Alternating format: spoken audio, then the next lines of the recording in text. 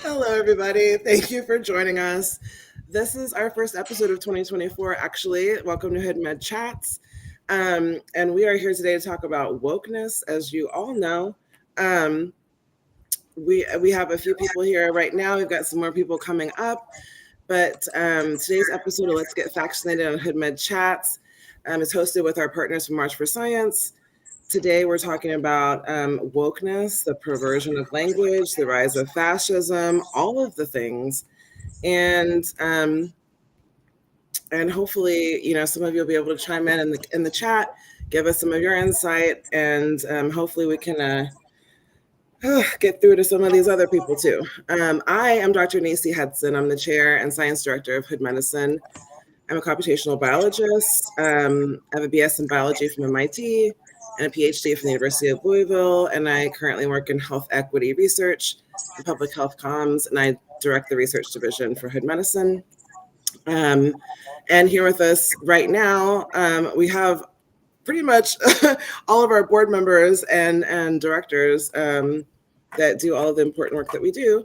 And so first we have Dolio, my big brother. He's one of our co-founders, and he serves as our resident hacker. He got his BS in mechanical engineering from MIT, and he works as a software developer and lead technical instructor at Zip Code Wilmington.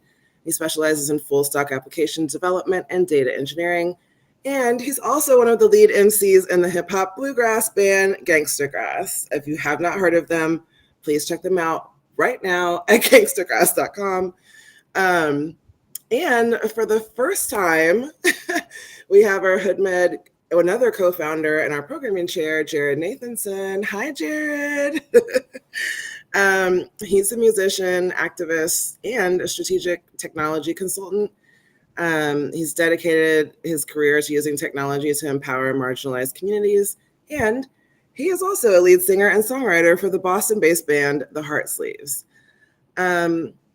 And another newbie, we've got Anise Smith, who is our marketing manager. She has a master's in internet marketing from Full Sail and a bachelor's in organizational development from Rosemont College in Pennsylvania. She's a digital marketer, a higher ed instructor, corporate course developer, and entrepreneur. And she's the founder and managing director of Sistina Apps and just launched a speed meeting app called Kikwi.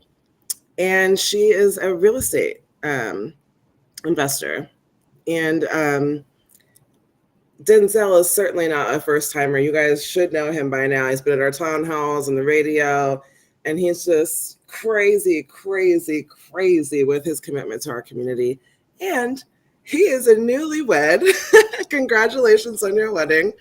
We love you, and we love seeing the pics. He's a community organizer with the Black Nashville Assembly. He's got a bachelor's in economics from Morehouse and a master's from the University of Oklahoma. And he's an organizer for the Nashville Economic Justice Alliance and the Sergeant of Arms for Middle Tennessee Black Gun Club, which after talking about the Civil War, just the Civil War movie just before we got up, it's very relevant. And he's a wellness and preparedness advisor for Hood Medicine, which we are definitely going to need in these coming years. So I guess, before we say anything, really, what we wanted to do was really just like define wokeness itself, because that word has just been so perverted in our national consciousness thanks to our friends and yours, the conservative Republicans. And I'm here to tell you that dictionary.com, Merriam-Webster, all of them are all in agreement that we all have the same definition of the word woke. Outside of being the past tense of wake, it is clearly defined as having or marked by an active awareness of systemic injustice and prejudices, especially those involving the treatment of ethnic, racial, or sexual minorities. But it also has another definition as a disparaging descriptor, as used by political opponents of or relating to a liberal progressive orthodoxy. And here's the thing. That's what we're going to talk about today, is how the perversion of language, fascist propaganda, and everything that we have going on right now really seeks to undermine all of the great work we and all of our ancestors have done before us. And so that's where we're kind of coming from, trying to expand this discussion a little bit.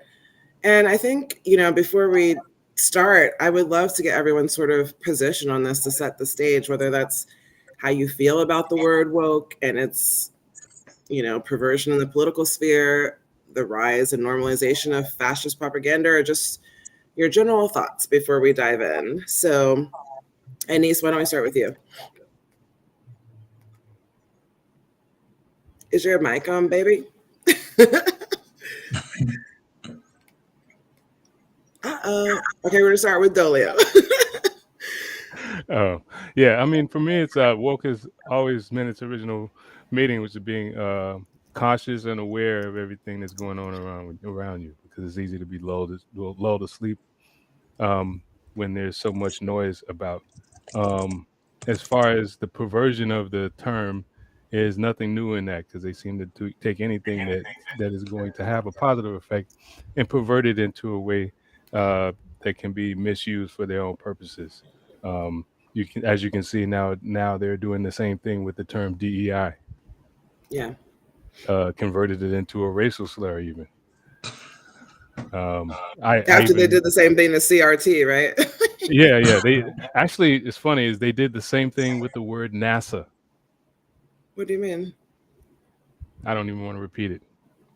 Oh, wait, I remember. Yeah. Oh, yeah. no. Oh, no.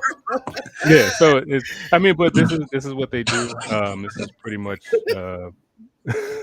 pretty much standard behavior on their part. They've even perverted things like, if they will pervert Christianity, Yeah, really. and take the generous and loving doctrine that they're supposed to be following and turning it into a cudgel of hatred, then they're easily going to turn any positive term and make it into something negative. Yeah, agreed. Jared, what about you? Jared, I think you're on mute too. Uh-oh. Okay, Denzel, how about you? Can you hear me? Yes, I can. Okay, cool. Let's see. Yeah, I just looking at the definition, of course, it means to be aware of the systemic injustices that exist for marginalized folks, colonized folks. I think with the way that I would start off by saying that the right does a terribly good job of defining the terrain on which we battle with them, right? We find ourselves having to remind one too many folks what the word woke means, right? Or we waste our time getting into these battles around things that are clearly used incorrectly, such as critical race theory, like having these conversations with folks about things that they not only don't understand the definition of us, but doesn't exist in front of them in the places that they claim it exists, right? Whether we're talking about grade school, like disregarding the fact that CRT is illegal within the legal field, and it's applied in other places, but it just speaks to this larger anti-intellectualism that exists, not only amongst the right, but just throughout like the United States. And so, but largely it's this sort of terrain that the right has created to where we find ourselves engaging in these kind of conversations where they're warping language, and we spend more time trying to like get people to untie this knot that the right has created, while the right engages in larger, more material sort of fascist projects, right? You don't even look any further than the state that I live in Tennessee. So yeah, that's just kind of like my initial thoughts. Again, is a way in which fascists, white supremacists, colonialism warps anything that colonized people create. We create something like woke, we create something like insert music genre here, and they find a way to fuck it up. So, there's nothing new.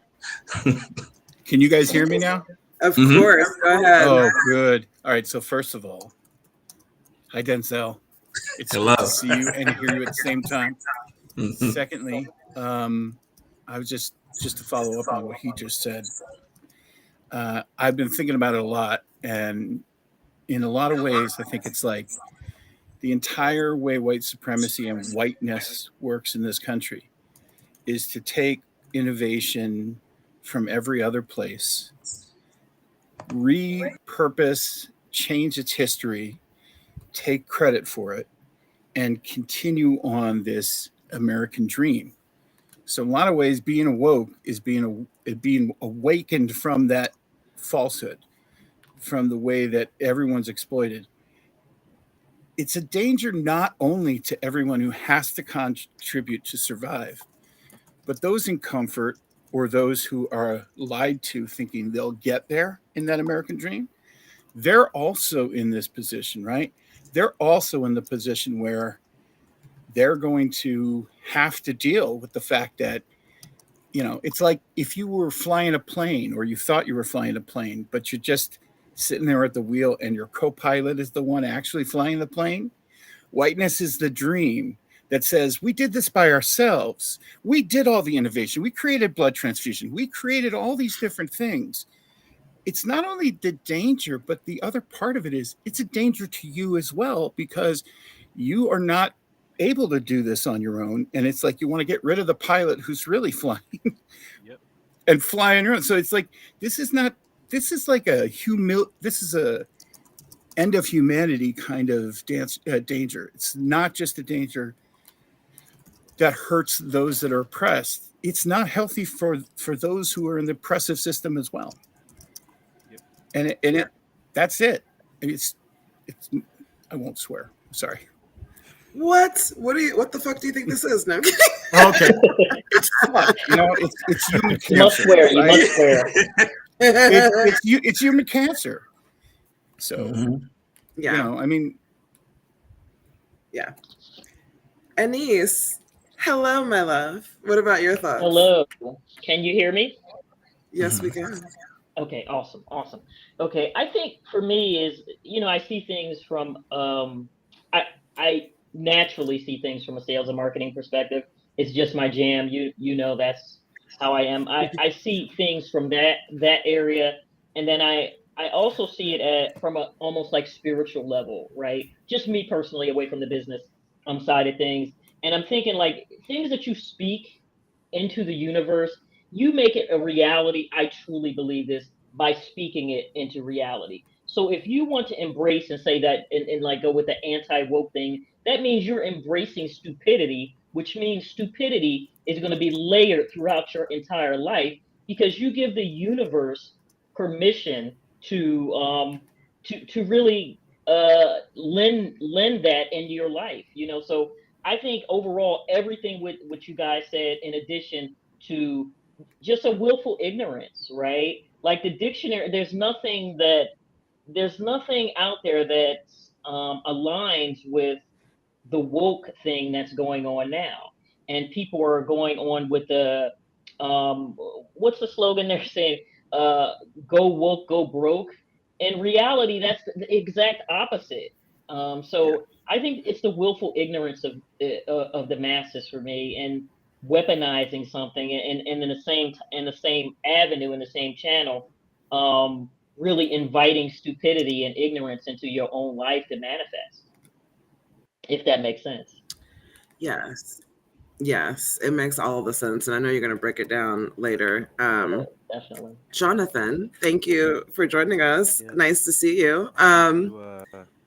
You guys, this is Jonathan White. He's another one of our co-founders, and he is the director of policy and engagement. He just finished his law degree from Suffolk Law School. He directs policy and engagement at Hood Medicine, and he is the co-host of our Hood Med Chats podcast.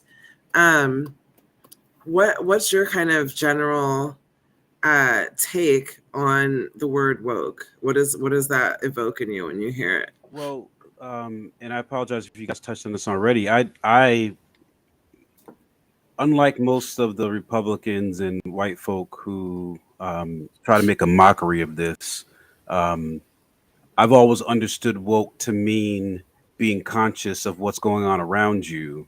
Um, but I also understand that sometimes we sort of take meaning from something without really knowing the origin of it. So I've actually just done the research, right? And I realized that a blues and folk singer in 1931 was the first person to use this in any type of artistry or and publicly, and it meant exactly that, because the I believe the song he used in, or when he used the phrase, it was around the time of the Scottsboro brothers and the incident that occurred with them. And he said, stay woke, to mean that we have to be aware of what's going on around us. um Woke doesn't mean progressive. Woke means do whatever you have to do to stay alive, essentially, because you never know what policies are going on that may take your life or cause you to lose your life. You never you never know if the lights blinking behind you while you're driving your car are going to be the end of your life. So do whatever is necessary to make sure that you can make it home to your family. Yep, Lead Belly was the folk and blues singer. Yeah. Yeah, I think that's a really important honestly, point. that is also Go my take. Like, to me, it's like that's always been the take. I mean, I understand that we, pervert language all the time, but I don't see how you could have any other interpretation.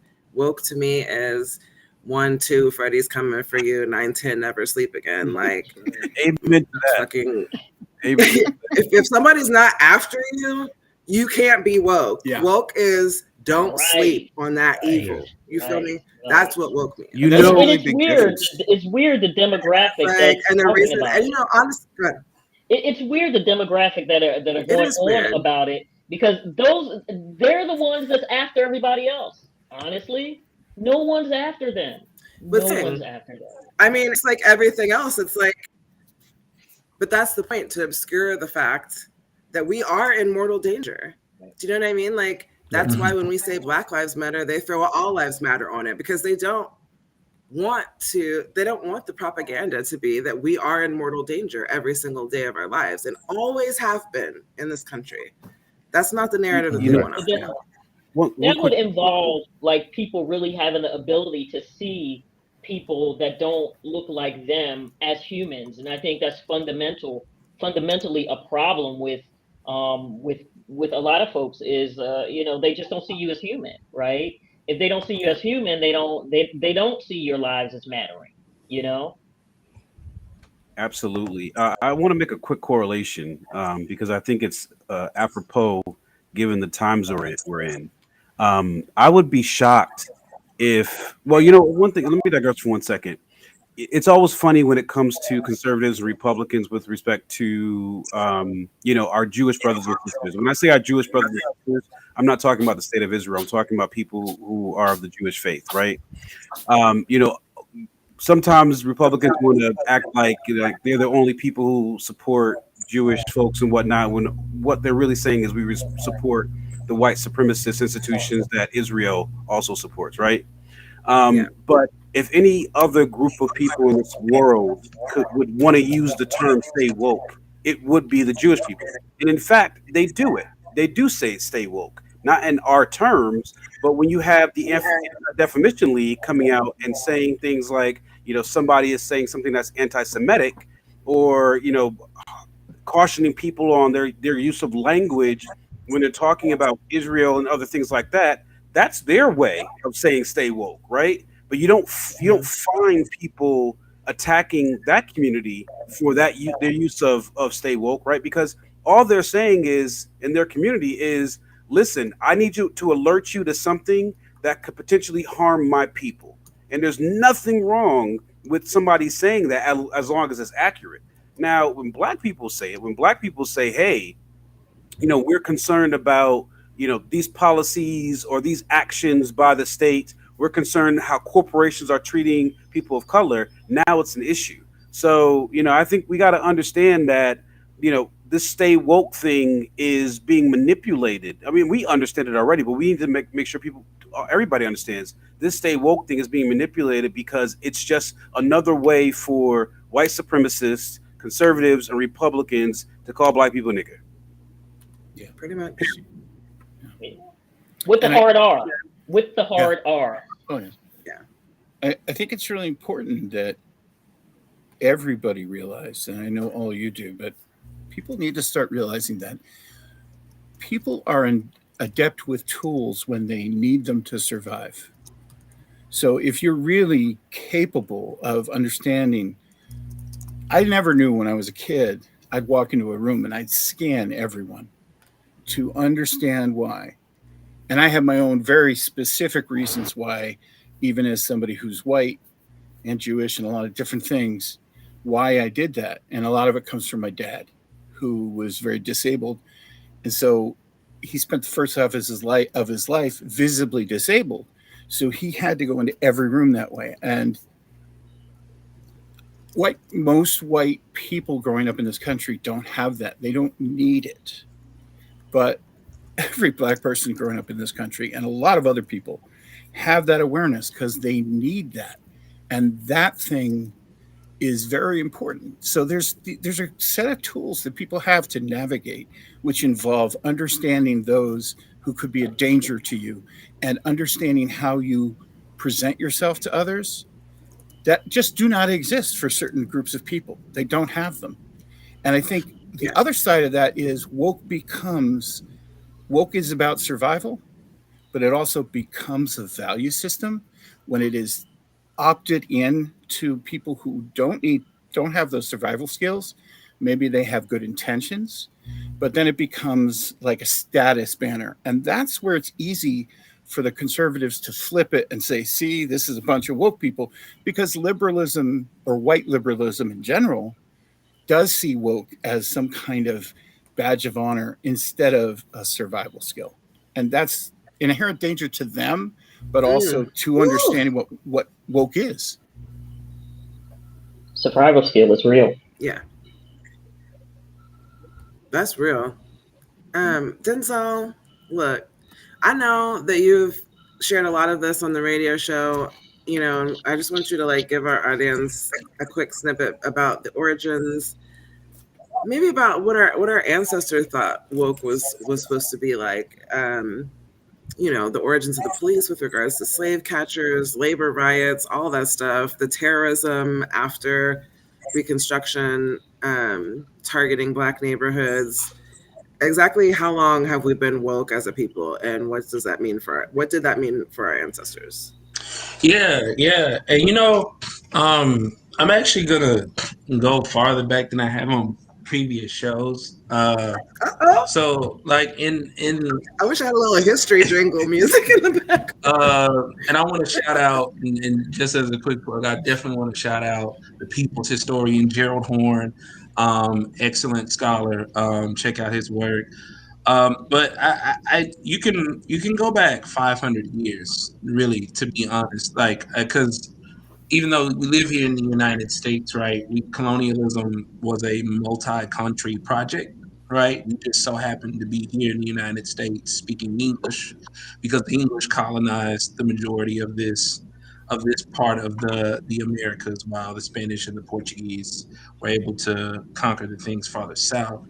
But you know, if we have to point at the root of this, we got to start with colonialism, right? We have to start with the colonization of what we refer to as the global south, or in this case, the Americas, and the mass genocide of indigenous people, and which includes erasure, right, from history, and the import and kidnapping and enslavement of African peoples, right? And you know, when you start there and you recognize that that's the root, despite the mis and disinformation about how this country got started now, then you know everything that kind of comes from that becomes clear, right? So then the idea is to maintain and expand and defend the empire, right, that is being built from this, in this case, the United States.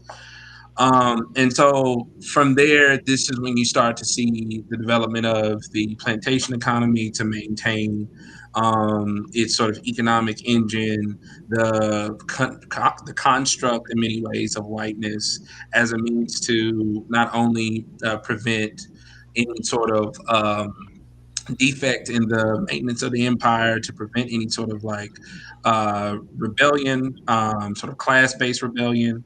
Because one of the things that I think Professor Gerald Horne does so really brilliantly is he describes the terrorism of working class white people as class collaboration. Because at the end of the day, like what they're doing is they're doing the dirty work of their oppressors who share their skin color, right? At the end of the day.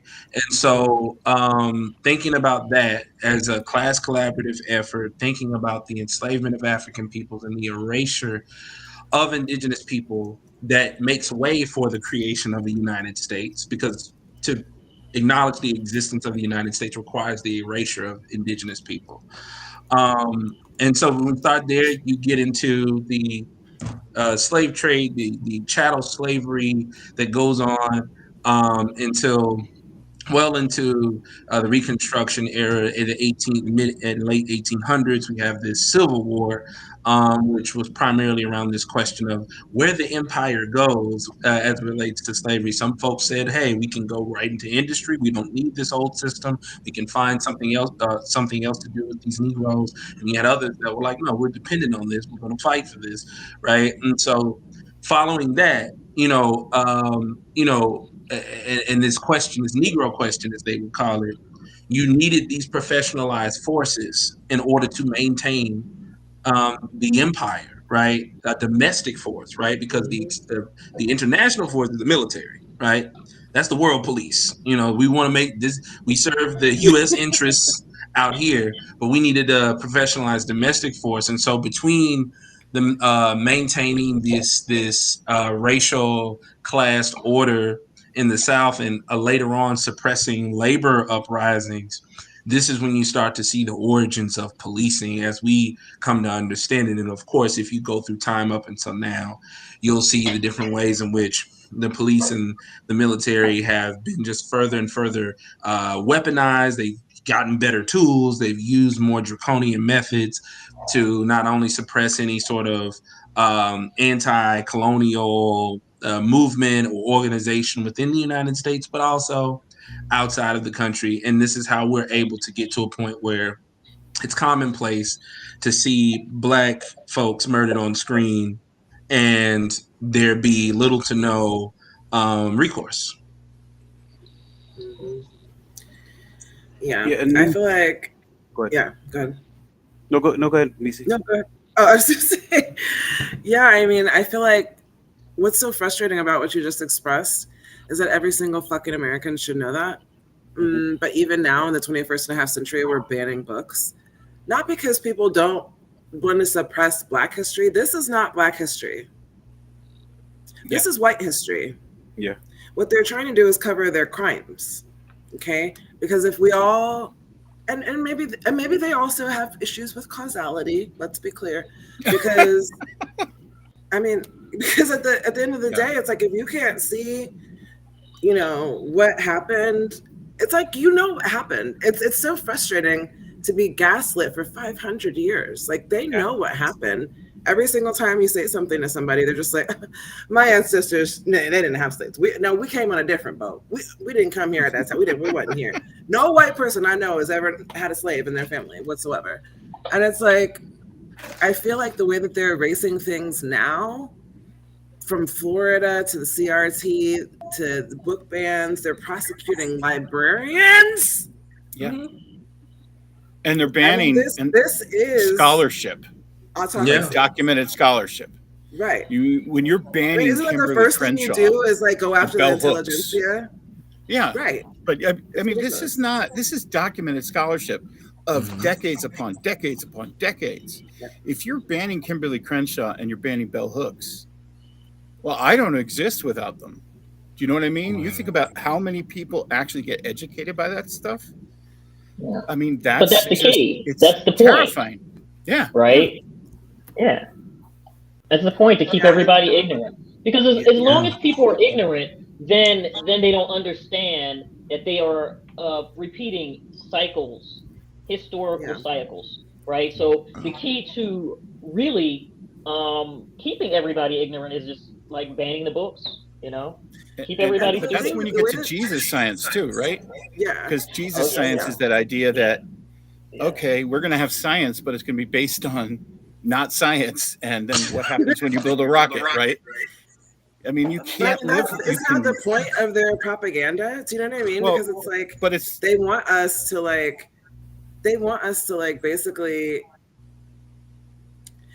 they want to suppress our accomplishments throughout history because they have told themselves the same bedtime story every fucking night that we're worthless, useless, shiftless, lazy, good for nothing niggas. Like that's what we are to them, and that's what we've always been.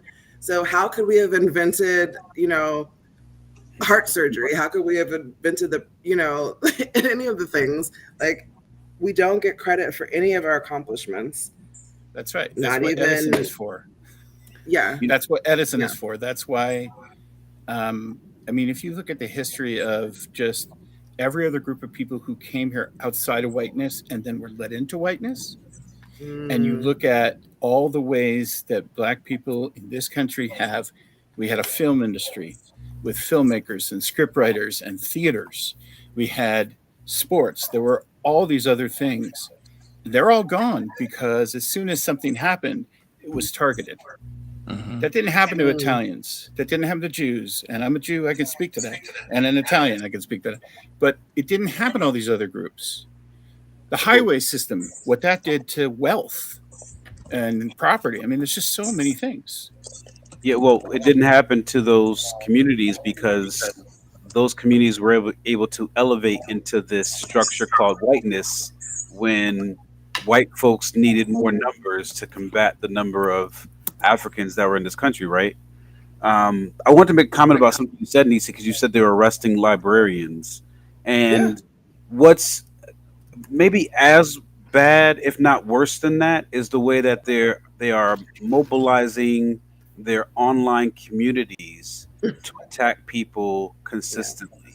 Yeah. Between doxing people, consistently pushing out misinformation, attacking people on their personal profiles. Yeah, I've never seen so many people on Twitter, for example, who have set their settings so that no one that they don't know personally can comment on their material, right? On their post, right? And we're in this age because people need to protect their peace. And there are so many people out there who are leading purposely with misinformation and attacking anyone who comes out there and puts out information that's actually factual and that's harming the mental health and mental state of people who are in these online communities who are promoting the truth about our community and about what's happening to us. I'll just say really quickly, MIT did, the Media Lab did that study that we talked about last year, I believe, where they were tracking political conversations on Twitter. And when they plotted it out, everyone in normal society was over here, the news groups, regular people, everyone's over here having normal discourse. Literally all of the right-wing people were in a completely, separate group, a completely separate cluster. And they stayed there. It's just an echo chamber. They're continuously bouncing back between it. So, and you can just see it in black and white. Where everybody else is here, they're over there, and there's no communication between the two. It's fascinating. Anise, we were hoping you could lead our examination on the backlashes of wokeness, as they've coined it. Why cancel culture is a good thing, especially for businesses, and how the culture capitalism axis has to be more rational than the January 6th crew because they got money to make it. But how they also remain complicit in distributing some of the harmful societal prejudices in mass media. Like, how has mass media played a role in twisting the connotation of what being woke actually means? Well, I think a lot of things that we touched a little bit on capitalism, and everything is really about capitalism. It's really about money, right? And it comes down to really looking at marketing. I think a great example.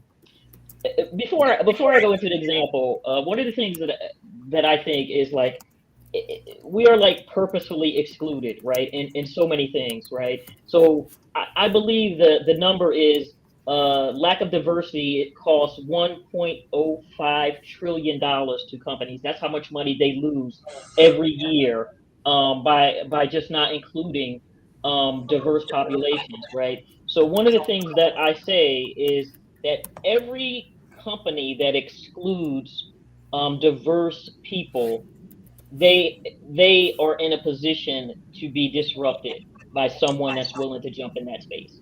Mhm. Now, I have two examples of how diversity played out in corporations. One of them is like one of my favorite marketing example. It was LL Cool J and a FUBU.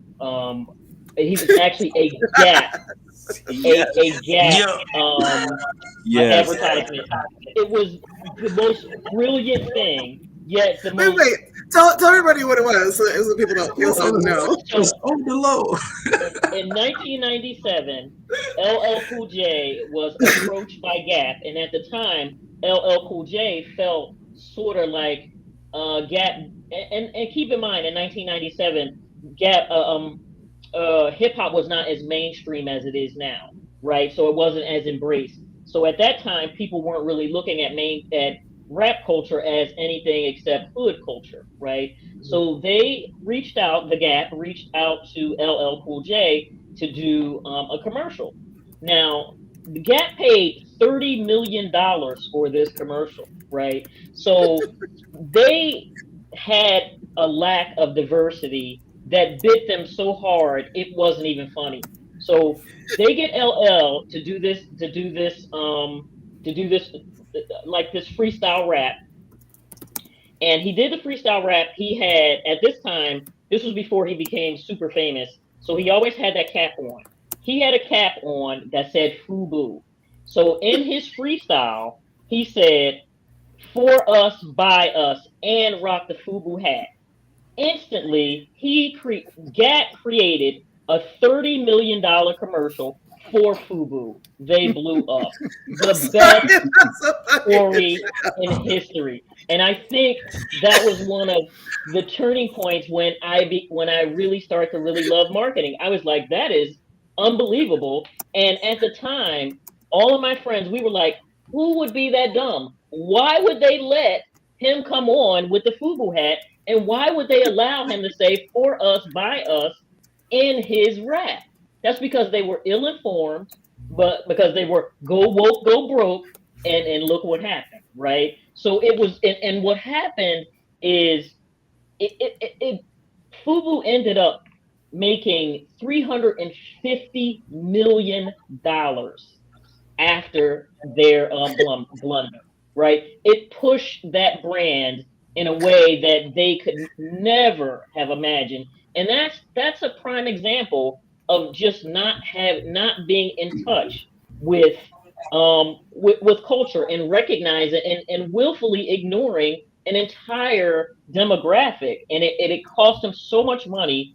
It is unbelievable, and it's something that I will always laugh about. And another example of probably one of the greatest marketing stories in history is Fenty Beauty. Rihanna came Period. out. Rihanna tore the market up, shredded them, right? Because before then, you could not, before Fenty Beauty, you could barely find a shade of makeup darker than me. Like my complexion and darker, it was out. Anybody lighter, you might have a couple of shades.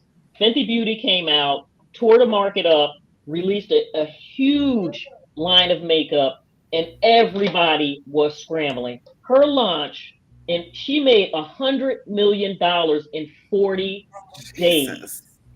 Nobody Jesus. will ever be able to come back from that. So they started to kind of try to come back from it, but it was no comeback for that. She just tore the market up so bad. So those are two examples of where people that want to be willfully ignorant and want to exclude people go on exclude. So I say every group that's excluded, take this as an opportunity to look at every company and every industry that are exclusionary and try to disrupt their market. Is there Every anyone? industry Can, that excludes, they're up for disruption. To be fair, she said this the other day and it blew my She did. mind because Blew my it's so mind. true. And it's also like, it's not like that happened because that was a market need for like a century, right? So We're long. talking about products that have existed Yeah. forever and Yeah. nobody figured that out. And that speaks to just invisibility, Yeah. right? It's not Yeah. even, it's, you want to talk about those survival skills that don't exist? There you go. That's why people only survive at the top of the game when they build the rules of the game. Yep. Because they do not have the ability to start a new game and be able to be prepared. And trust me, it wasn't like we weren't complaining. We were complaining. Yeah. They didn't care. Use whatever's on the shelf. You know what I mean? And it wasn't until she came in that everybody started advertising all their range of shades. But it's like just, Annie it's said, it just was too bad late. business. It's bad business It because is. if you It think is. of Sure. market research, right? And before I went back to school for marketing, I always wondered why would, like, if you go to like a burger, you'll see a Burger King, and then right next door they'll open a McDonald's, right? And you're like, why, right? So the reason why is market research. They've already established that Burger King has a lot, has a foothold, right? So what better to do than come in and steal some of their customers? So it's the same thing with makeup or any other industry that have been excluding people. All we have to do as the people that are being excluded is to look at every industry that exclude us, whether it's nude color shoes, is nude color underwear, is nude color whatever, that does not include a brown nude. It is room for somebody to jump in that space and make some money. And that's all I'm going to say on it. There's only a certain demographic of people who have the skills to see that opportunity right now. And so that's very important, right? It's like, that's because whiteness trains people to not see that. It becomes invisible to them. So they're not even seeing that. So it's like, it's made for people to take advantage of. Everybody should, that's, you imprinted that in my brain, Anise. It's just, for sure. Yeah. Denzel? Yeah, and I think even in this conversation around like exclusion, I think part of one of the things that we have to, especially in this moment, as things are crumbling around us, we have to challenge. We even have to challenge what we're being included into, right? Because one of the things that also has to be named too is that the vehicle for colonialism, the vehicle for this hell that we're living in, is capitalism, right? Like profit being the motive, right? Control of resources being only for the wealthy few. And so and then of course when you think about how that is racialized, the majority of the people who own the majority of resources tend to be white, tend to be male, and with some exceptions, right? And so like I think in addition to thinking about the ways in which we are excluded, we also have to challenge the nature of how resources are even distributed, right? So it's just like, dope. Okay, now we have this company that was smart enough to see an entire pool of people who are consumers to market to and get a major profit margin. But then the question you have to ask then is like, to whose benefit, right? Okay, my folks may be able to put on some makeup that looks like them, but are they still struggling to figure out where they're gonna eat next? Are they still, struggling to get a minimum wage or a living wage job, right? Are they still dealing with leads in their pipe, right? And so I think part of us getting to the root of like what is behind like this conversation too is also like looking at this question of who benefits from anything, even including efforts that are about inclusion or utilizing DEI efforts. Again, who does it gain? So, okay, cool. If we know JP Morgan, for example, is this large financial entity that is screwing over so many people here and abroad in the world, okay, y'all have white executives and now they're doing a diversity program. Well, what does that mean? So now black people have the ability to fuck over the rest of the world? You know what I mean? Yeah. We gotta also challenge we also have to challenge the actual structure and the game in which we're playing, right? Sometimes we gotta flip the table and play a new game, right? One that's rooted in cooperation, one that's rooted in something that where people can make collective decisions. I mean, actual democracy, despite this, sort of Ponzi scheme that we have here. And something that like is actually going to benefit community, like because we all have a desire, like especially in the black community, to want to see each other succeed because we want to feel that collective win. Well, we need a system that actually is going to allow us to collectively benefit, right? Instead of it just being this small few that win and everybody else may or may not get a trickle down benefit. Yeah, instead of buying in and then just signing your name and then, Right. I feel like those of us that do get into the doors have a responsibility to kick the door all the way open. Yeah.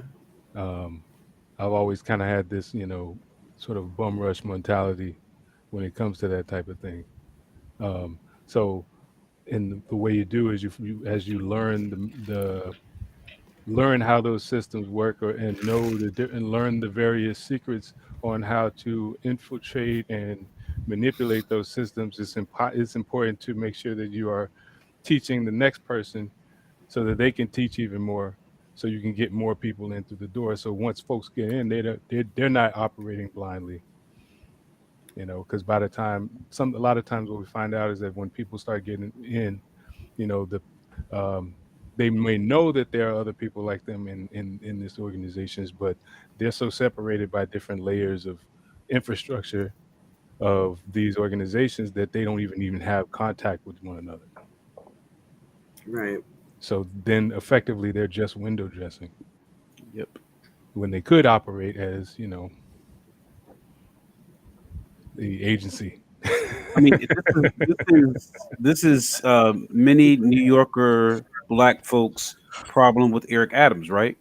Eric Adams claims to be, the black cop who got into policing because of the issues he dealt with police as a youth, but he ends up being a promoter of the institution, which, as Denzel so quaintly pointed out, it's not set up to keep black and brown people safe. Right? We have people who believe they're going into an institution to change it and to make it better and to make it more equitable for people that look like them, but they don't go into the institution understanding that the institution is set up to prevent that from happening. And unless we create our own systems and perhaps bridge our system with theirs, it's going to be a very long time before we can deconstruct those systems to be fair and equitable to us. Right. I had a question. Did the mayor of New York ever get around to moving to New York? Can we get a shade meme because it's come over the screen right now? Because last I checked, he lived in New Jersey. Well, somebody asked when we had the earthquake the other day. Somebody asked if his house in New Jersey was okay. Most New York sports teams played in New Jersey for years, so I mean, so I guess it's fair. New York's used to it. Oh, y'all wild up there. Jared, I have a question. So here's the thing. I kind of want to get your perspective on, well, obviously, we talk about fascism a lot, but in terms of like anti-woke propaganda as a way to ensure people have a reason to reject any efforts to humanize marginalized people, basically by invalidating the need to build equitable corrective initiatives in various sectors of society, like in terms of reparative action. Like how, in terms, and we're talking about like mass media, right? So like how does like imagery play into that? How do the images that we use, not just in ads, you know, not just in the marketing world, but just in media period, how does that kind of malign the term woke and serve this aim to counteract all the progress that we're trying to make? I'm going to go back when I used to spend way too much of my time trying to talk to white people about systemic racism. And I just felt that it took me a very long time, because I'm not that smart, to realize how much of a hard journey that is, and how much I could use my efforts more efficiently other places. To a friend of mine that I had, who I finally, after 3 days, I was hanging out with him for 3 days down in right above New York, I'll say, a place that's not called Waspchester. And I during that time, we were in the South Bronx, seeing friends from college and all over New York. And on the third day, he's looking at me, and I made my cogent argument, and he says, and it really was something that shocked me, but I didn't realize it till later. He started crying. He said, what if I don't want to have to care? And that was a shock to me. And it took me a long time to understand that, but let's look at what the media does in that, because every time we have, and we've had so many, you know, we talk about all these different bombs of, oh my God, now we have video with a cop killing a black man, and now everybody's found God and everybody's on board for 10 minutes. I mean, when I was in college, we were setting up on the night that I think was the last episode of maybe the Cosby Show. That next morning, we had a protest against the Rodney King verdict, right? And we were all setting this up. And you think about how many of those moments, those watershed moments that come to a culture. Well, Me Too. Well, what are people talking about now? And I'm not talking about the people who are trying to say DEI is trying to turn that into something bad, but the moderate media is saying, well, we have course corrected a lot. I'm seeing people actually talk about things like, well, maybe these things should be focused more on class. And you have to actually say, just because we've got Cheerios commercials with mixed families presented, just because I am seeing like a lot more race blind casting of black people, that doesn't mean in shows and networks and things, it doesn't mean that black stories are being told. It doesn't mean that those are perspectives that are brought in with black writers, or that person exists, that black character now exists in a world with other black people, because often they're in a sea of white people, right? But what it means is that you're able to coat media with, as Dolio said, window dressing. And window dressing allows people to feel proud, to have PR, and do that. And then, like all things in the public mind, which constantly changes, we get to the point where it's like, all right, we've had enough of that. We've fixed that. After how many decades or centuries of this, now it's fixed. Now we're going to pretend that's fixed. Whether it's Me Too, whether that's just understanding systemic racism, these things are really, so much of white culture is based on either living in the delusional dream or dealing with guilt. And either one of those things, one of them, you're fighting to stay asleep. The other one, you're fighting to get over your guilt, and then you're fine. Once you're over your guilt, that's all you really, people deal with a lot of things out of guilt rather than love, or rather than having adjacency or an interest in more parity, more equity. And so I think in that, what you see is, I think we have just window dressing in terms of images, in terms of how we see this. It's very easy to take something relevant like George Floyd and over a period of years, turn that into CRT is brainwashing, or DEI is brainwashing, because people are ready. People are ready to hear that. They've said, well, we've done our due diligence. We felt guilty. We put a little black icon on our Facebook page. And, now we're into it, and that's where we are. So I think what you're going to see right now in media and in what they're trying to do is they're trying to trying to give people a reason to feel. And this has really been happening since Obama, right?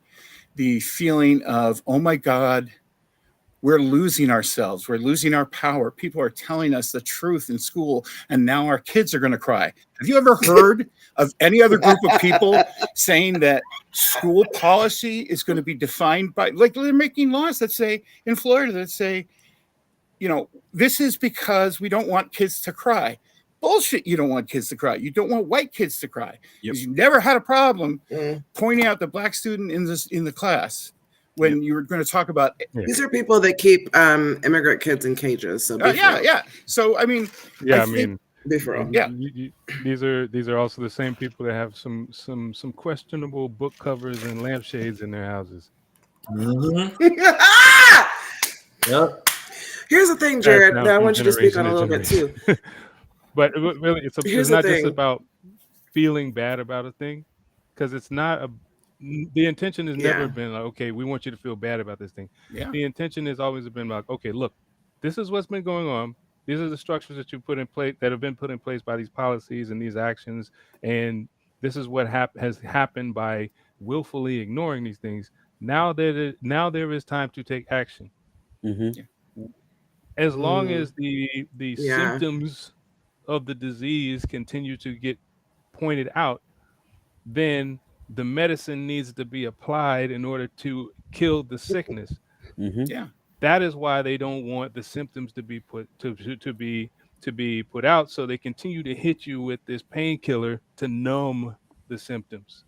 And I think there's also this inherent need, when you have comfort, to, at the end of the day, in your brain, you're still saying, but what if I don't want to have to care? Right. I mean, like I'm saying, like that kid said to me, that I see that so much more now in clarity. It's that, because you're right, the actual illness in the body has never been treated. All we're doing is dealing with a few of the symptoms. And then we're going to say, it's kind of like COVID, right? I mean, COVID's a perfect example. Why do we exist as an organization? Because we wanted to get information to people that they could trust. And why is that? Because all kinds of crazy shit came out, all kinds of crazy information that is inherently bad for every person who takes that information. I mean, Denzel said it at the beginning. It's an anti-intellectualism.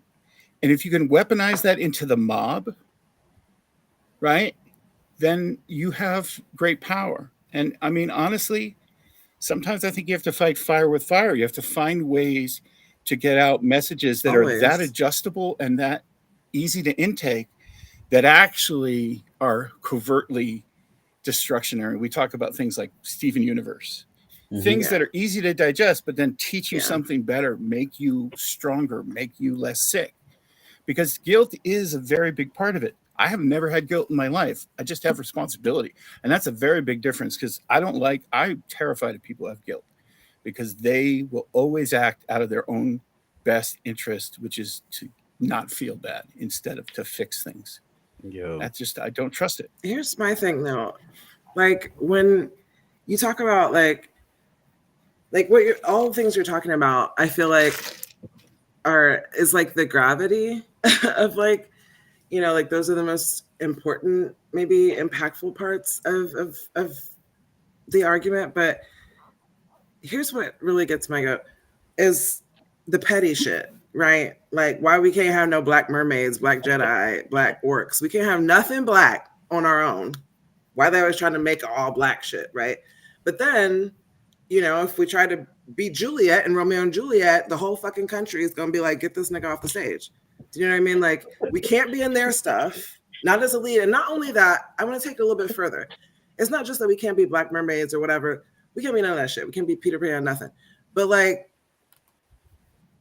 I don't know what we can be in their minds on the world stage besides slaves. Dead. Let's start there. But I guess Best friend. But I guess like what I'm asking is like, magical. You know, no, we can't be anything really. But my thing is like, I don't understand why, you know, in doing that, like what they're basically saying is that first of all, there's no place for us anywhere, right? Because we can't be any of the things that they want to be.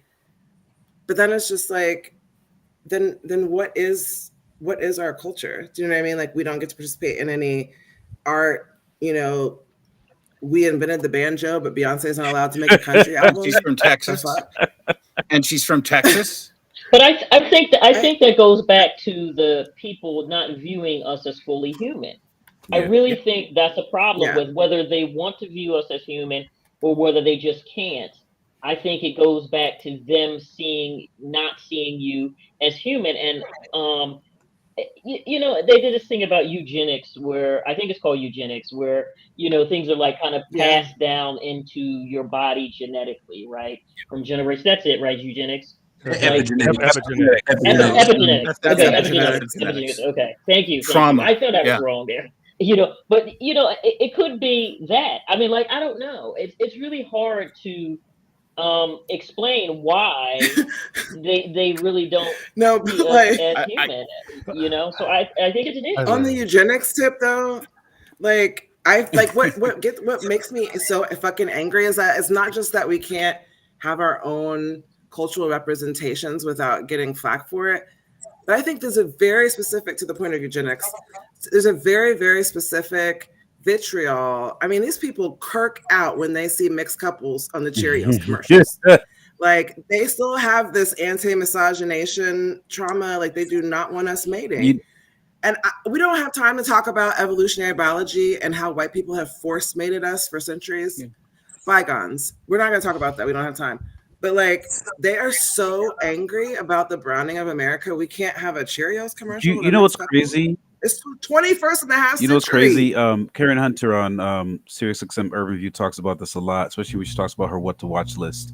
It's very interesting that when they do portrayals of Black folk, particularly poor Black folk, they always pick like the worst settings for those poor Black folk. But when they do shows with poor white folks, those poor white folks still live in like nice neighborhoods with houses.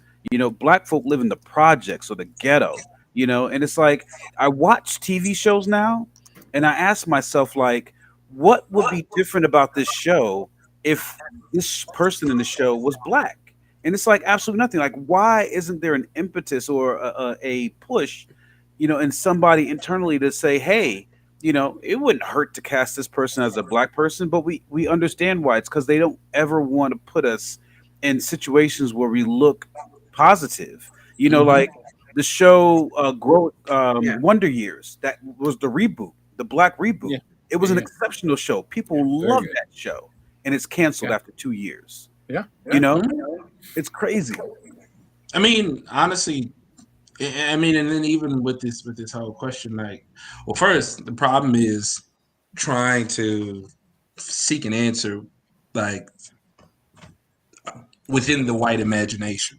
Like that's the entire problem in itself. Like, we don't, like, I'm not, you know, interested, and I'm butchering Kwame Ture's quote, but it was something to the effect of, he was less interested in trying to change the minds, but he's more so interested in ensuring that there's a power structure such that they cannot act on what they're thinking, right? So it's less about like, you know, I want them white folks to see me as human, but it's like, no, do they have the ability to act on that? Can they take food away from me? Can they create media that you know, depicts me and my people as monsters, et cetera, et cetera? And so I think for me that's the first thing. And I think also too, to Jonathan's point, like, there is this onslaught. I mean, and it's nothing new. It's multi-generational, but throughout media, there's this onslaught of, you know, of the image of Black people.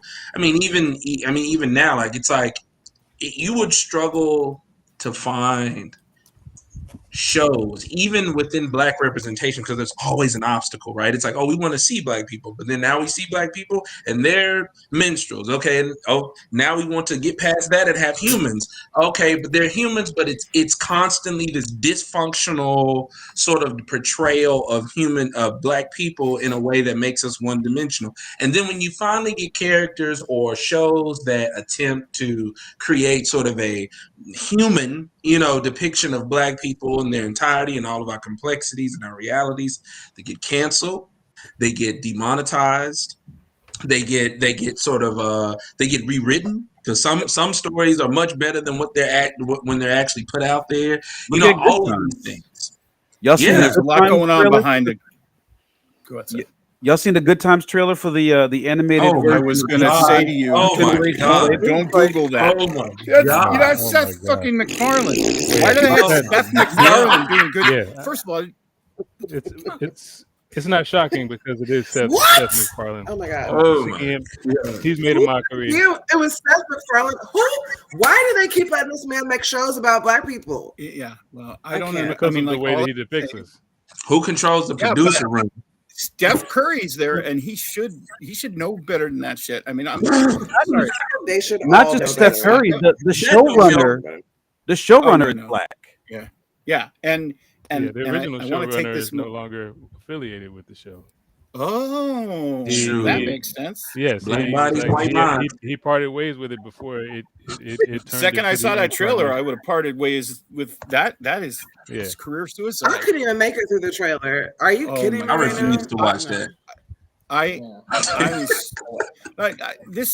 goes to something that needs charcuterie. We got to talk about what's his name. Oh God, my brain. Yeah. Norman Lear. Okay. Oh God. I grew up on Norman Lear stuff, and it's great. There's a lot of good stuff. There's a lot of great things I grew up on, but the truth is, there's a guy named Eric Monti, and Eric Monti was a Black, young, ambitious guy who Norman Lear took under his wing. And you can look this up, and we should do some stuff about this. He did Cooley High, right? Anybody who hasn't seen that should see that. Eric Monti had the idea. They were going to do a remake of Steptoe and Son. They said, Sanford, let's do it with Red Fox. That was his idea. He was not put on that program. Mm-hmm. Eric Monti pitched what essentially was the Good Times concept, right? Eric Monti pitched the show I grew up on too, What's Happening, right? And they basically made it without him. That's basically Cooley High turned into a sitcom, right? And so you have Eric Monti was destroyed for a long time. He's still alive and he's starting to get credit. But yeah, Norman Lear did a lot of work that was important, I think, for generation, talking about these things and questionable. But but he stole some of that. He stole a lot of it, and he trashed a voice who, even just being able to steer a little bit, created some of the best and then worst shows, at the time. So there's every one of these things. So he's the one who greenlit this, and that's a perfect example for Dead Man Disease. The last thing he worked on was to destroy. Oh my God! Yeah, I mean, what's Eric Monti? Look him up. I'll move on this in a second. One of the original Good Time cast members made a comment recently about the show because they were originally pitching to do a reboot of the show before it was changed into this new, animated version. And the creators called her and had a conversation with her about doing it. And she's like, "Oh, and she's like, they're like, "No, you don't really have a part in it. This is not set. This is set 2 generations later than when you were in the show." And she saw the episode of it, and she was like, "What the hell is this? Like, what happened to?" I think she wanted to be a surgeon. And she had a child, and so somebody who typically wants to be a surgeon and maybe becomes a surgeon, why a generation later are her offspring and her relatives still living in the projects? You know what I'm saying? Like the theme of Good Times was to move out of that situation, yet 2 generations later, they still have us stuck there. And we have like positive people, like you said, Steph Curry and Yvette Nicole Brown, who are part of this project. You have to ask the question, like, what the hell were they thinking? Well, you know how that stuff works. A lot of times people pitch something and then it gets contorted the fuck by the time it comes out. So I don't know. I don't believe right now that either of them had anything to do with that. But it's like, are you telling me that Thelma was going to be, they were going to do something with Bernadette? Yep. And they passed that up? Yep. Like you could have had her in a nice house, but maybe she's got relatives. Maybe Jimmy's family is still in the project. And then you could have culture clashes and things.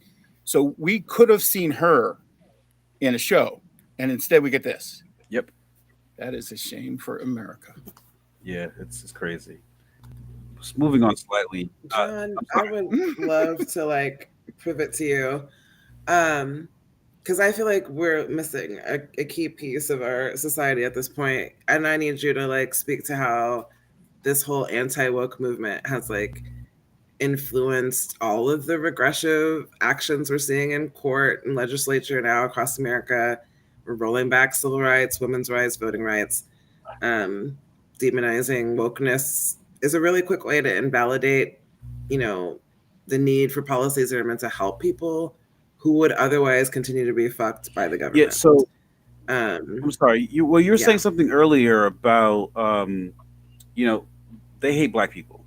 That's essentially what this is. They hate black people, and what we're seeing now with the use of the word woke is they're trying to black cast any type of progressive initiative or policy, anything that helps anyone outside of their political cult, right? So with women's rights, with LGBTQ plus rights, with civil rights for black folks, with rights for undocumented immigrants, all this stuff is labeled woke, right? And it's labeled woke for a purpose, because now that they've gotten white folk to associate woke with blackness and with niggers, anytime they talk about a policy and label it woke, that's the first reference that people come to. And so they're like, oh, we don't want niggers getting any benefits in this country, so we have to destroy these other policies that are labeled woke, because if we don't, then these people will get these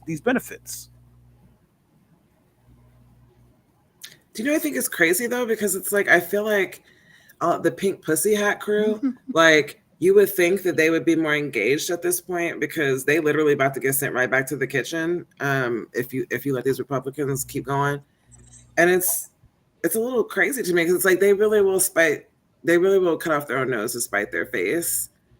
It feels like a lot of the things that they're putting into place around like repro rights, and even like, marriage laws now, all kinds of shit.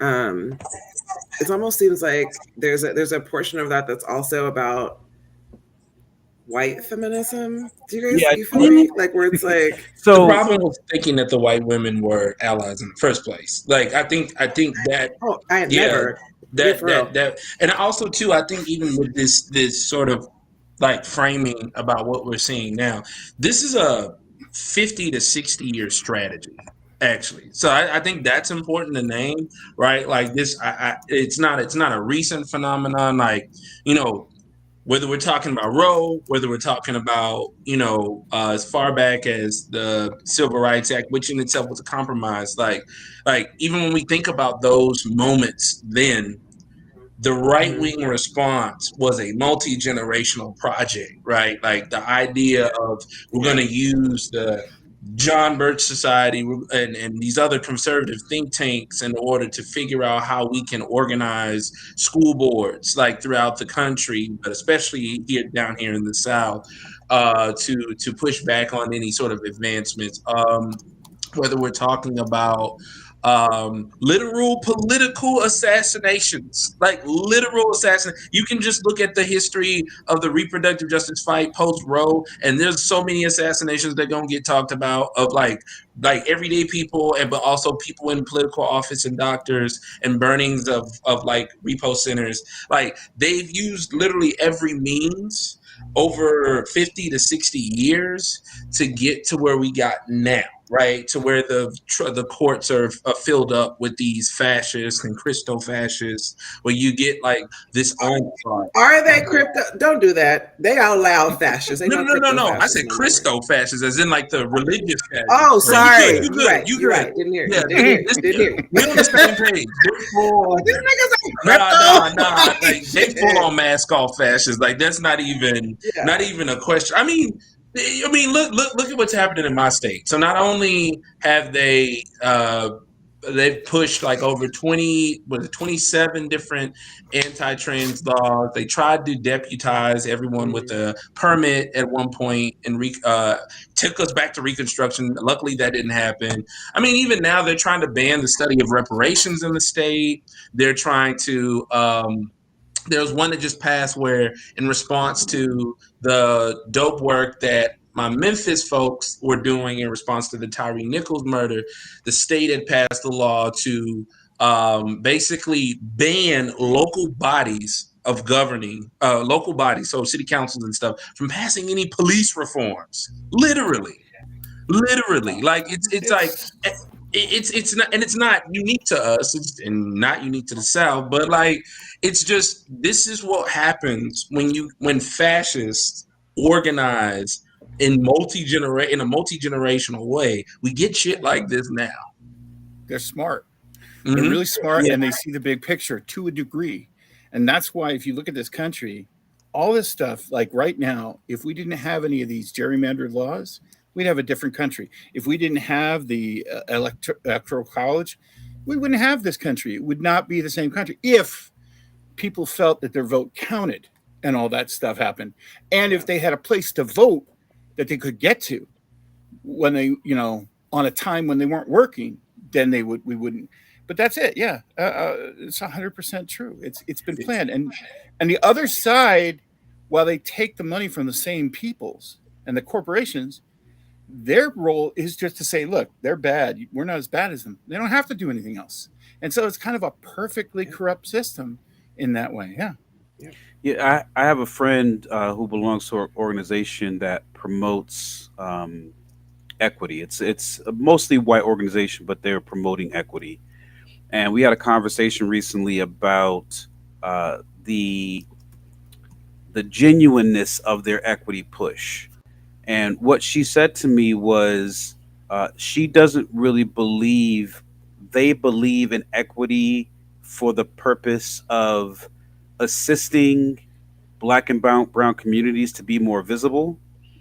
She believes that to them and to certain folks who push equity, their purpose in pushing it is to protect white people more, right? Because these white people have to interface with Black and brown people. And so we want to protect the Black and brown people that we're going to interface with, because in protecting them, we're protecting ourselves, right? So there's really no genuine interest in it. And I felt that to my core, because when these organizations get criticized for mistakes that they're making in their efforts to, mistakes that they're making while also claiming they want equity, you get pushback. And you people get offended, and they want to silence you and force you to shut up about your criticism. And my thought process is, well, if you were truly interested in equity, and you were truly interested in raising the voices of these marginalized communities, and someone from those communities comes and tells you, hey, something you're doing isn't really working well with this mission you say you have, then what you would do as white power structure is say, oh, let's fix that. But when you're telling that person to instead shut up, that means you don't really care about fixing equity. You don't really care about the larger picture. You just want to look like you're trying to work on equity. Yeah. Delio, before we move on to kind of like the health aspect, which is, I guess, our realm of expertise in this setting, but I guess just to kind of wrap up the media section, like maybe you could speak to, as our resident hip hop artist, kind of like how wokeness and how it became a part of our cultural consciousness, and now, like, just like hip hop, it's kind of been appropriated and perverted by capitalists. Well, yeah, it's kind of always been a part of the consciousness because of hip hop coming out of its roots of, like, spoken word and blues and Yeah. um, all of the oral traditions that we have. Because when it first started to hit the scene and started making waves, it was because it was giving the commentary from the trenches. The corporate takeover is what moved it into basically conspicuous consumption. The bling bling era that came through and just kind of permeated up until now. But that's something that we've seen happen to just about every genre of music or any cultural phenomenon that starts out as a grassroots um, movement from people who had no resources or little resources, and using it to speak up to as their voices for places when they had no voice. That's even to the point of the existence of genre in the first place. Genre itself only became a thing because of the segregation of music. They needed a way to delineate, okay, this is white music, this is black music, even though it was being made by the same people. They would just slap a whole different cover on it. They would call this a race record and this one a hillbilly record. It would be the same record, same band and everything. But that's not even to mention the records made by black folks that were taken from those black folks and played by white bands, right? Yeah, I mean, a lot of times it was just records played by black bands. They just put white people on the cover. Yep. Yeah. Yep. Well, look at the first jazz recording, right? So RCA, I think. They went to Freddie Kepper, and Freddie Kepper was an established jazz performer in New Orleans. But Freddie Kepper was a visionary. He was just a little ahead of his time. He was like, I want this to be recorded by a black company, And so RCA went to New York, where there were no good jazz bands. That's all. Everyone was going to Chicago. And they got this band of white guys that called themselves the Original Dixieland Jazz Band. And they made that album. And then for decades, white people going, we invented jazz, because they got one of the crappiest bands ever to play jazz. And if you look, there are good white jazz. There's Bix and all kinds of great jazz musicians that time, but the original Dixieland Jazz Band was never it. And that is the first recording historically, right? So much of this goes to imaging and marketing and opportunism, right? And honestly, if you play a game where your rules are different, I mean, it's like the first time I finally heard Hound Dog the way it was supposed to be played and how much better it is. I mean, props to Elvis on whatever. I don't know. I mean, some of his early stuff was okay. I don't know. But I mean, I grew up on Johnny Cash, but props. You listen to the original Hound Dog, and it's just so much better. The phrasing is better. The song is better. The impact. It's not just like this little kind of ditty. It's powerful. Yeah. Is that Rosetta? Yeah. Original? But it also has its original context. Yes. Yeah. Which Elvis couldn't pull off anyway, Right, because it's not about a dog. No, it's not. It's about a dog. It's not about yeah, and I mean, but that's it. It's like the history of everything. I mean, I was talking to Nisi and Anise about this talk, and I said, everybody go and listen to Pat Boone do Tutti Frutti. That's all you need. Needless to say, Nisi and I didn't listen to Pat Boone. You should. We did not. We did not. Dolio's heard it. Haven't you, Dolio? You must have heard it. Yeah. And it's like, if you listen to Little Richard, at the center of his power, doing Tutti Frutti with all this emotion and power and just presence, and then you hear what is literally Tutti Frutti. Oh, I mean, it's like your grandma did. It's like, I am not giving Pat Boone no strings. But what I'm telling you is, I'm sorry. It's like, I can't do that's it. the structure of whiteness, right? It's really just a way to gentrify innovation. That's what it is in each of these cases. It's a gentrification of innovation. Mm-hmm. So somebody has, Bars. What you? I don't know what that's all. Put that on a shirt. Put that on a Put shirt. it on a shirt. That's so Okay. true.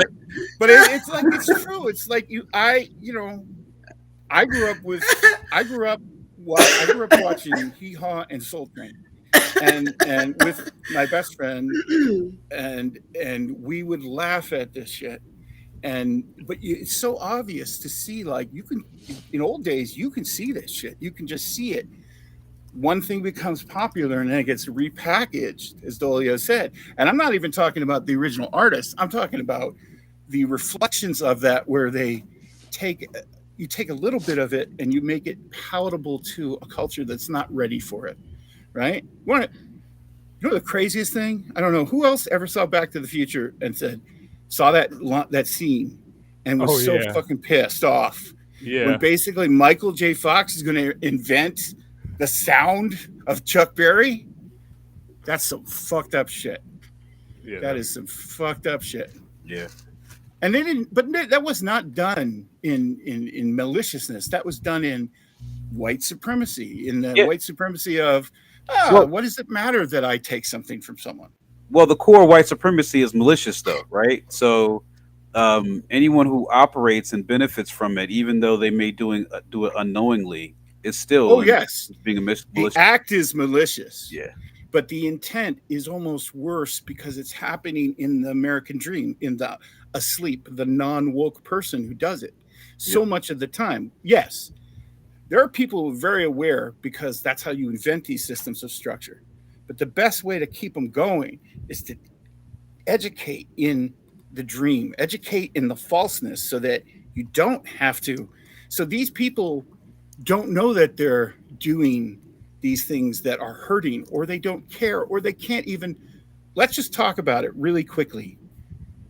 The reason that those 7 souls who were murdered by Israel, why it's changing the game, there were already 150 care workers who were dead, but they weren't part of an organization that had a popular known person who was an American celebrity in terms of a white American. That's what, white. And so what it goes to is literally that the over 30,000 or more, I can't even look at the numbers now, of innocent women, children, and just people who are being made war upon for nothing that they're doing other than generational captivity on their own small part of their land. And I'm saying this as somebody who, not only am I a Jew, right? And I'm a Jew Ukrainian Jew through my father's father, and I trace those back. But my grandmother came over here. She was Italian, but she was Arabic, and her people came from Albania, and they came from that area. So I have Arabic lineage both ways, and guess what? It's the same fucking people. Some of it's got mixed with Europe, some of it doesn't. But those people they're bombing, what do you think they were before they were Muslims? Right? What were they? That's why Israel doesn't allow them to have genetic testing, because they're fucking Jews, or Jews that became other things, or other things adjacent to what Judaism was one of the religions, very similar to others, sacrificing animals and things at the time when they were there. Those are people. We don't see them as people. And so as long as you don't see them as people, you rationalize away 30,000. How many friends? I don't know about you guys. I've lost so many people because I thought they were progressives, but then all of a sudden this is a place. And I literally, many of you know this, I've fought Nazis. Like growing up, I've literally had to punch Nazis. Right. And so I don't like being told that I'm an anti-Semite, because everyone should punch everyone should punch. That's a t-shirt. Now that is a t-shirt. Yeah. That's why I love Captain America, and I love that stuff. People say, why are comics? There's a lot of t-shirts that are going to come out of here. Yeah, that's really a t-shirt right there. Why are comics so political now? They were always political, right? There's a bunch of, the original folks were like sons of immigrants, Jews, and Captain America was to get people aware of Nazis. right? Fucking Kirby created Black Panther. This shit was supposed to be counterculture. This shit, it was done in a way where it could get in, but it was counterculture, and it still is. There's so many. Why is Star Trek so political now? Star Trek's always been socialist. The whole point of Star Trek is we got over money, and then we did this stuff. Where were you? Well, when Captain Kirk was in charge, I guess it didn't bother me. But now that we have a black captain, it was a woman, and one last season, that's all we get. No, trust me, they were definitely mad. Like, he could bang all the blue and green bitches that he found out in space, but when he kissed Uhura, that was a problem. But that's the example, right? Is that that was the American dream is the performative, as Dolio said, it's the performative, like, what was the word you said, Dolio? It's funny I say that. It's a window dressing. Yeah, it's the window dressing of the dream, but it's not the actualization, because the actualization, then that freaks people out, right? But a lot of people like it when it's just a dream. Yeah. It's the Wizard of Oz. Yeah. Yeah. They don't want you to look behind the curtain. Nope. It's like that's why I don't really, get too nostalgic or watch things like Live It the Beaver, because I know what was happening on those streets that they never show on Live It the Beaver. You ever notice just how homogenous the show is? Let's get out the I never crossword. noticed. It's so weird. What? What happens on the other side of the tracks in that town? Yep. Yeah. Nisi. Lynch picnics is what happened. Yeah. With postcards. And the church came out. Yeah. Yeah, it's funny you mentioned John. Speaking about insidiousness, tell us some of the ways the health laws are a perfect way to insidiously begin to erode individual freedoms, as well as how the anti-woke bullshit has taken hold of the medical community in their dogged insistence that there's in fact no racism in medicine. I mean, we remember not too long ago when the AMA actually made that exact statement that there was no concern for racism in medicine, and then not even more recently, where this one dermatologist tried to get his society, the American Association of Dermatologists, to erase DEI efforts in a industry that features 4% of Black people as dermatologists. So talk to us about how these things are working and their interplay. Honestly, do you know what? It's just, it works the same way just in every other industry. But I think it's much worse because the people that are supposed to help us with our health and wellness, they swore an oath to do no harm. I just dropped in the chat like this little TikTok that's been making the rounds over the past week of a bitch at Indiana State. I guess she's a nursing student or whatever. She's gonna be the world's worst fucking nurse that ever lived.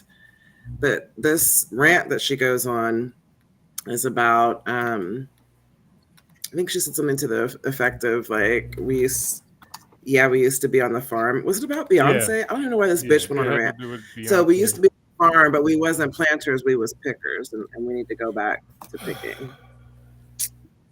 Am I surprised? No. Indiana's terrible. And I hope if there's anyone from Indiana listening, just know that we know Indiana is terrible.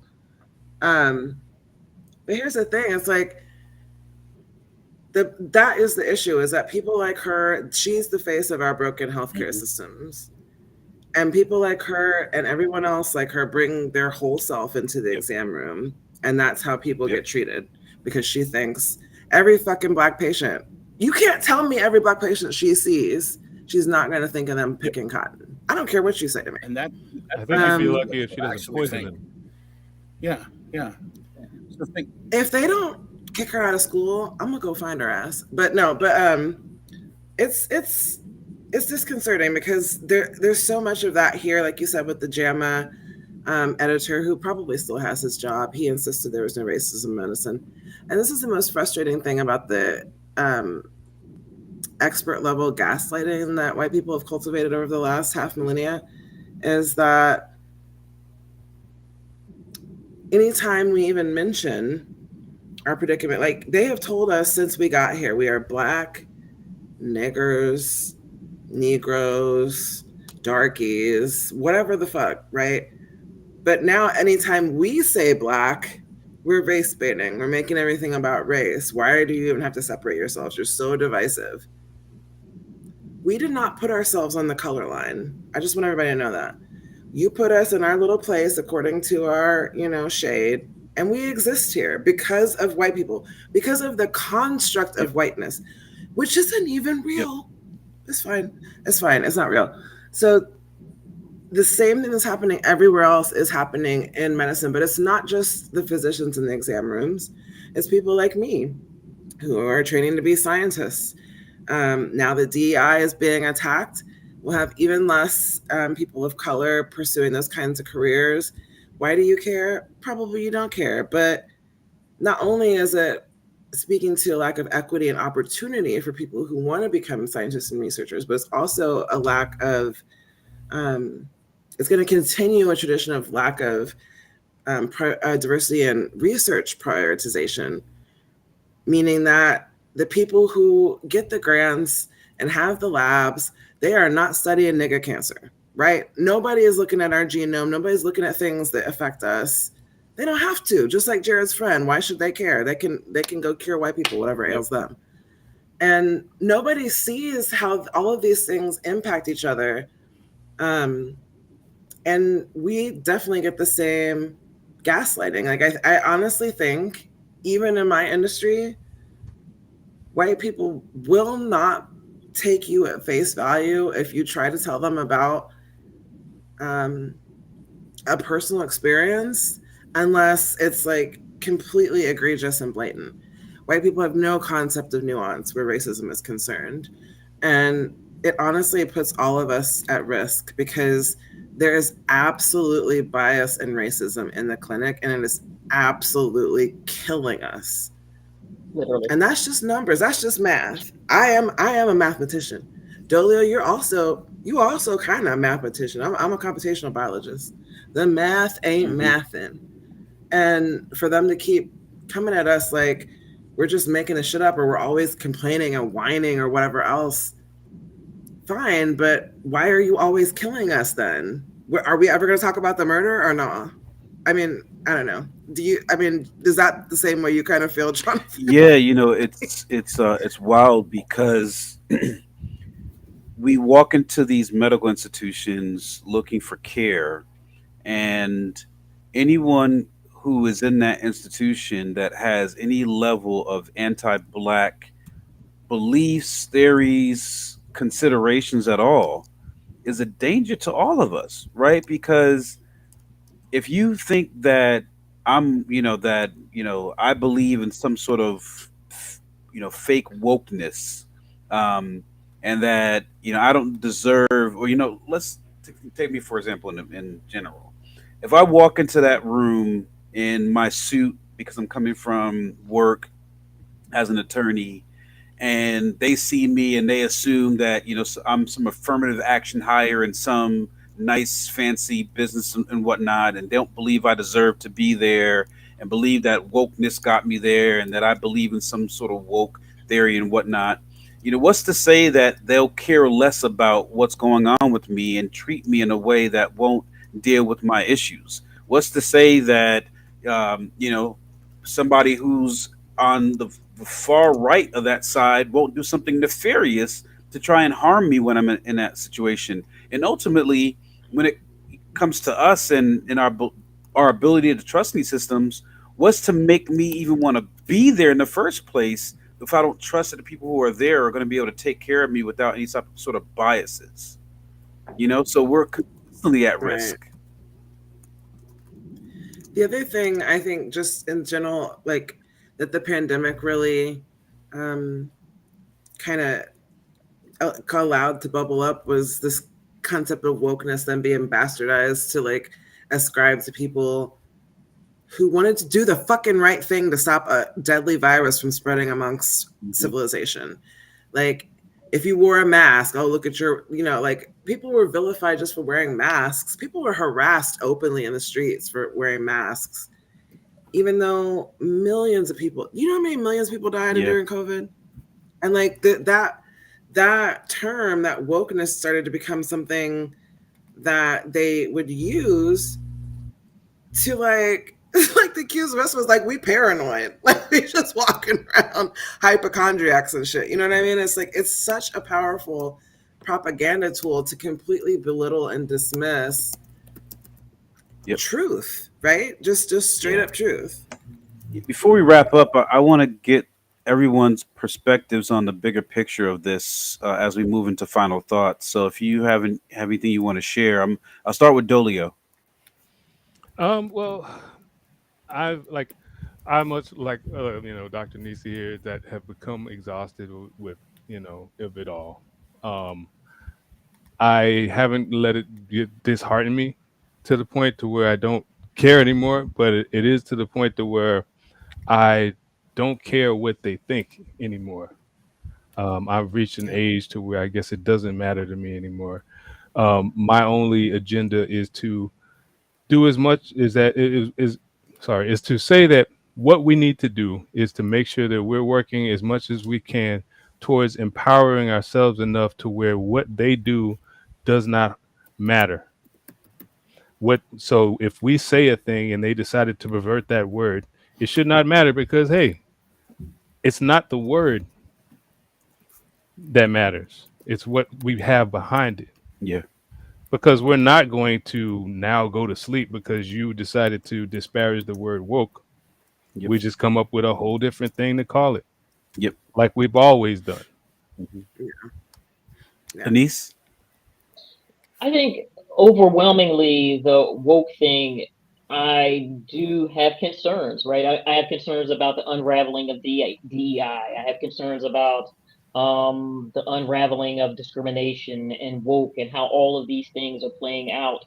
And I don't look at it, I see it as something that's going to snowball, right, into like the woke and the anti DEI is going to literally unravel everybody that's worked in the DEI industry, right? So to me, I look at it as a Black woman. I see like all of the Black women that have worked in DEI, and I see their lives being unraveled and their entire careers being unraveled because of the woke philosophy, because the anti-woke philosophy. So not only are they being fired in corporate jobs, they are also their entire careers are being unraveled under the guise of being woke, right? So one of my biggest fears is that it will continue. So now it maybe affects housing, it affects rentals, it affects jobs, it affects higher education.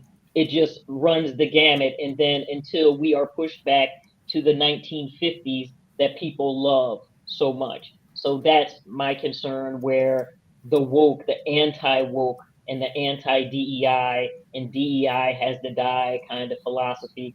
I look at that as how that's going to impact me. And honestly, I'm closer to, I have more of my career behind me than is in front of me. I'm more concerned about my son's generation and the younger generation and what they're going to have to fight for, because they didn't grow up having to fight for this. This was supposed to be done at my generation. We were supposed to be moving up from this. We should not be moving back. So I'm very concerned about the woke thing. I know we can't do anything about it. Honestly, I would like to, and I am actively looking to go somewhere else, leave, Blaxit, honestly, because at this stage, do I want to spend the last part of my life like fighting this power? You know? Yep. Dr. Hudson? Yeah, I'm gonna have to echo Dolio's sentiments, because I really don't fucking care what they think or what they say. It's clear that they will like yes and us to death when we try to assert our lived experience or the truth of reality. And I just I just have so many narcissists in my life and my family that I feel like I have a very specific way that I deal with people who try to gaslight me about abject reality. But I feel like that is the challenge. People think that the challenge is convincing them that we've been harmed in a certain way, due to the society, the way that they've set up society, and that we're still being harmed because of the systems that they set up for that purpose, you know. But to me, that is not the challenge. To me, the challenge is really to confront whiteness itself. Again, it is a construct, so it should theoretically be vulnerable. And I honestly feel like I truly hope that we don't waste all of our time, especially in this really critical election year, arguing with white people about shit that they never. It's almost like the trolls online. They do not. There's no scenario where you're going to give them over to the understanding of the Black experience. Like Jared said, like a lot of them really just don't want to have to care, especially if they've got great lives. And it's just, to me, I would prefer to spend my time creating avenues of expatriation for people who want to get the fuck out of here before the shit hits the fan, and like we're doing with Hood Medicine now, trying to disrupt these corrupt systems. I have no intention of trying to petition them to change in our best interest. I think our only choice is disruption or abandonment. Yeah. Denzel? Yeah, so, you know, as an organizer and somebody deeply committed to radical struggle and this quest in his life, like my focus is on building collective power. It is because of this particular pathway that I'm taking and commitment, and the things that I have seen both here and also abroad, and the struggles that are ongoing, that I'm a fighter, right? I don't like, and for me, you know, recognizing that my folks collectively can't, you know, go anywhere else, and even if they could, you know, imperialism is still going to be imperialism, right? You know what I mean? It will just be outside of the belly of the beast. For me, it's about fighting, and so for me, like the key is like organization. No individual can combat a 500-year-old system, but systems can combat systems, right? And so for me, it's when I think about this whole conversation, I'm thinking about putting it in its proper context. You know, if one text that I would highly encourage folks to read is Black Scare, Red Scare by Dr. Sharice Burton-Staley, that talks about the correlation of in the history of anti-Blackness in this country, especially as it relates to like the early 1900s moving forward, and its intimate ties to anti-communism. And so part of what we're seeing now is like how there's no coincidence that when you got Klan signs that say no niggers, but also no communists, or no leftists and no Negroes, because oftentimes you find yourself in those situations where we shared those politics and we use those as a means to liberate ourselves from white supremacy and capitalism. And so for me, like this anti-woke thing is sort of a modern iteration of this longue durée, if you will. And it's something that we have to put in its proper context to give the right prescription, right? And so for me, it's anti-intellectual. It's something that is like I mentioned before, class collaboration. White folks, working class white folks engaging in something that's ultimately going against their own interests, right? And continuing this tradition, this genocidal tradition. And then also like it's a distraction, right? Because like the right has a way of naming and defining the playing field where we're spending time talking about this ridiculous like bastardization of the word woke. Meanwhile, there are certain public policies and certain sort of like power grabbing that the right and the fascists are taking to literally make our lives in the image more so of the folks who actually believe this dumb shit, right? So for me, it's just a matter of organizing to fight and win, because we can, because that's one of the greatest things that we have is political will. And that's the whole point of all of this the erasure, all the things that we're experiencing. They want to take away our will to live, and we've made it this far. through chattel slavery, Jim Crow, redlining, even as this world is crumbling, as empire is crumbling, like we can fight to win. I'm a firm believer in that, but it takes organization. Jared? Oh, you put me on after that, right? Yeah. I will say this first. Everything that Denzel says, because as he knows, far too often I act like a granny, and I write him little notes and say, "You give me hope," because Denzel and his generation does give me hope, because they're much more aware and less fooled, at least some of them, more of them, about what is going on. They're much more woke. And look, uh, right now, America has a very short consciousness, and it goes, "Oh, we got to wake up. We got to do things. So no, we can sleep off." A whole bunch of people are going to be awake now because they've lost body autonomy, and that's important.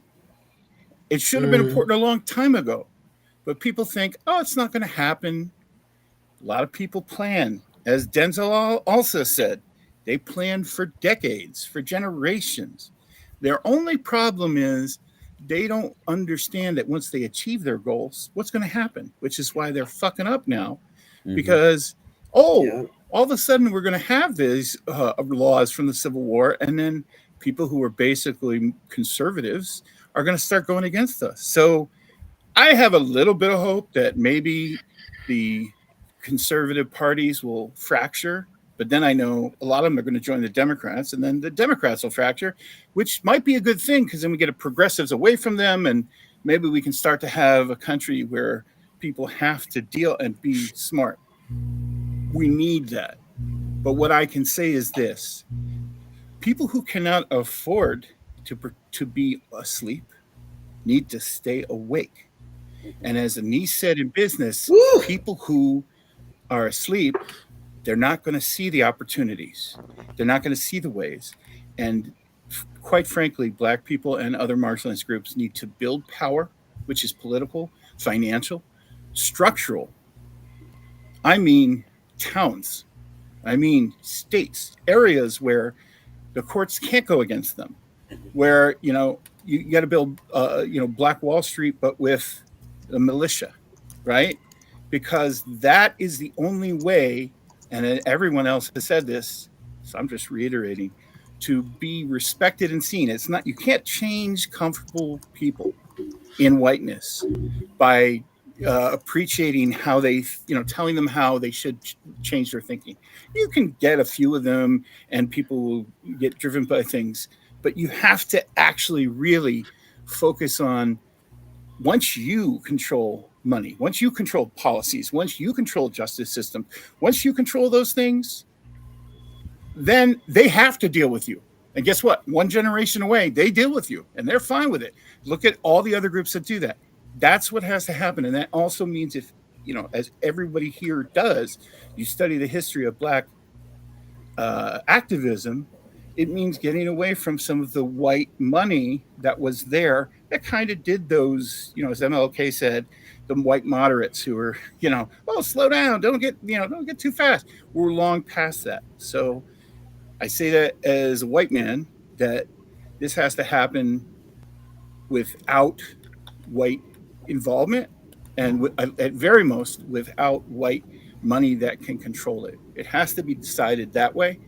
And so for me, my plans are to try to help shake that system into a multi-party system, to use technology in every way we can. And a lot of the stuff going on, and we have to talk about it more, AI, and with kind of disrupting healthcare, that we can warn people. We'll talk more. Nisi and I are talking, and some other folks here, about how we can use technology to make people informed about what hospital they go to, what doctor they go to, and what their record is. And then making that something that they have to deal with to improve that hospital.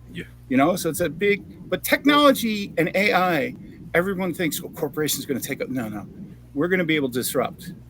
As long as we can use AI and have it hosted other places, and that's the key right now, we can disrupt. We don't need everyone else now. We can build things more. And now it's about being smart, finding ways to disrupt and let every individual in a community build the power to own that community, take it away from the people who just sap from it. There's so many different things we can do on that level. So that's one thing. And then the other thing is, I am like I am for this. I'm support. I do all kinds of stuff and I'm involved in a lot of stuff. But my role in a place like this is to support Denzel and people like him because they get what needs to happen. Right. And, just to say, in terms of all this shit, it is survival. And it's not just survival for Black people or Jews or any group or Palestinians. It's the idea that those who are putting us in danger, they're not aware of their own instincts. They're not aware of their motivations. They're not self-aware people. They are just dangerous people. When you look at people like billionaires who are just driven by, they're like chipmunks with unlimited cheek space, right? They just I need to win. What are you winning at this point? They need to dominate. They don't even know. We have to get past that. And they're a danger to themselves. So, gotta stay woke. And that's straight facts. Jonathan, what about you? Throughout this conversation, I'm reminded of two things. And because you all are brilliant and you've sort of contextualized this appropriately. One is that, and they're both connected. One is a quote by Toni Morrison. She said, the very serious function of racism is distraction. It keeps you from doing your work. It keeps you from you explaining over and over again your reason for being. Somebody says you have no language and you spend 20 years proving that you do.